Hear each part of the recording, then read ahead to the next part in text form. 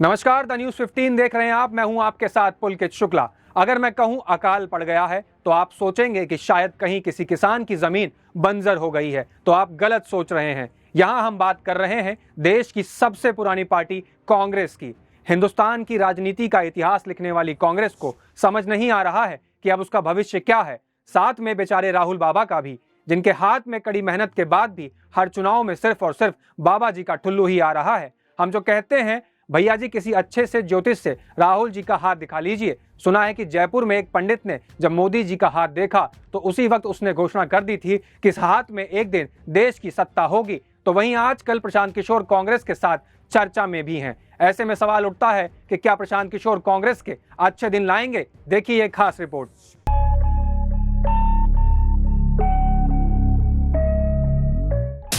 क्या कांग्रेस को प्रशांत किशोर में दिखा जादूगर? प्रशांत किशोर की एंट्री कांग्रेस को दिलाएगी विक्ट्री। क्या कांग्रेस के अच्छे दिन लाएंगे प्रशांत किशोर? देश के सबसे चर्चित चुनाव रणनीतिकार प्रशांत किशोर आजकल हर किसी के चर्चा का विषय बने हुए हैं। कारण है प्रशांत किशोर कांग्रेस के साथ मिलकर आगामी 2024 के चुनावों में भाजपा को सत्ता से हटाने के लिए रणनीति बनाने में लगे हैं।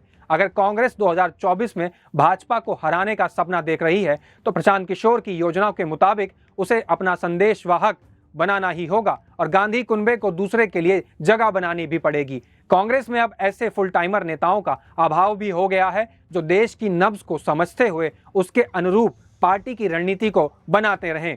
दूसरी तरफ पार्टी अब गुटों में भी बढ़ चुकी है और नेताओं का ज्यादा वक्त ट्विटर के जरिए राजनीति करने में बीत रहा है। ऐसे में क्या प्रशांत किशोर जैसे शख्स की कांग्रेस को सख्त जरूरत हो गई है? कांग्रेस के लिए कैसे जरूरत बने? रिश्तों की तमाम खटास को दरकिनार कर कांग्रेस और प्रशांत किशोर फिर एक टेबल पर आए हैं। पिछला पूरा हफ्ता एक दूसरे को समझाने और बैठकों के नाम रहा। इस बीच कांग्रेस पार्टी के वरिष्ठ नेता वीरप्पा मोइली का बयान आया कि प्रशांत किशोर को पार्टी मत शामिल करने के लिए सोनिया गांधी कुछ महीने पहले ही बहुत से उत्साहित थीं, लेकिन कुछ कारणों से ऐसा संभव नहीं हो पाया था। हालांकि एक वक्त ऐसा था जब पार्टी के अंदर नेताओं का एक बड़ा तबका उन्हें कतई भी पसंद नहीं करता था। 2017 के यूपी के विधानसभा चुनाव में जब कांग्रेस आलाकमान ने उन्हें अपना रणनीतिकार बनाया था तब पार्टी के कई वरिष्ठ नेताओं के साथ बोलचाल तक नहीं होती थी।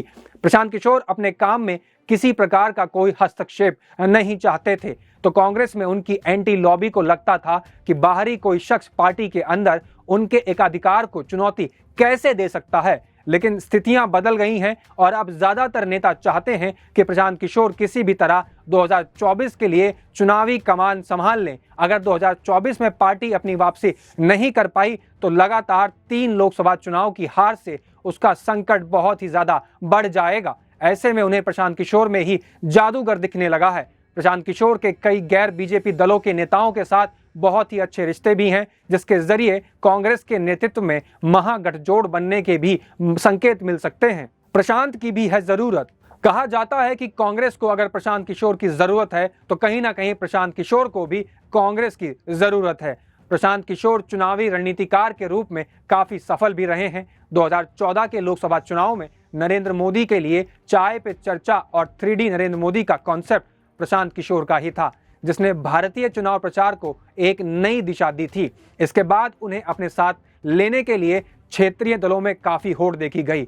2015 के बिहार चुनाव में नीतीश कुमार से लेकर वो आम आदमी पार्टी, आंध्र प्रदेश में जगन रेड्डी और तमिलनाडु में डीएमके नेता एमके स्टालिन, पंजाब में कैप्टन अमरिंदर सिंह और तृणमूल कांग्रेस के नेता ममता बनर्जी अपनी प्रोफेशनल सेवाएं दे चुके हैं, जिसमें सभी में वो कामयाब भी रहे हैं। 2021 का बंगाल चुनाव उनके लिए सबसे ज्यादा प्रतिष्ठापूर्ण था, जिसमें उन्होंने खुद को साबित करके भी दिखाया। हालांकि 2017 में यूपी में उनकी नाकामयाबी भी उनके करियर के साथ जुड़ी हुई है। प्रशांत किशोर अब चुनावी रणनीतिकार के बजाय राजनीति में भी अपना हाथ आजमाना चाहते हैं। क्षेत्रीय दलों के जरिए उन्हें उतना स्पेस नहीं मिल पा रहा है जितना वो चाहते हैं। बीजेपी में उनके लिए नेता के तौर पर हाथ आजमाने को जगह मिलना आसान नहीं है। कांग्रेस ही उनके लिए बेहतर विकल्प दिख रहा है। एक वह राष्ट्रीय पार्टी है, दूसरे संकट में होने की वजह से वह प्रशांत किशोर को बड़ी भूमिका देने में संकोच बिल्कुल भी नहीं करेगी। अब जिस तरह रामायण में प्रभु श्री रामचंद्र जी ने नदी पार करने के लिए केवट का सहारा लिया था, कुछ ऐसा ही सहारा यहां भी लेते हुए देखा जा रहा है। हालांकि यहां पर श्री राम कौन है और केवट कौन, ये आप अपने हिसाब से आकलन कीजिए और हमें बताइए कि क्या प्रशांत किशोर ला पाएंगे कांग्रेस के अच्छे दिन। अगर आपको यह वीडियो पसंद आया तो कमेंट करके जरूर बताएं। नमस्कार।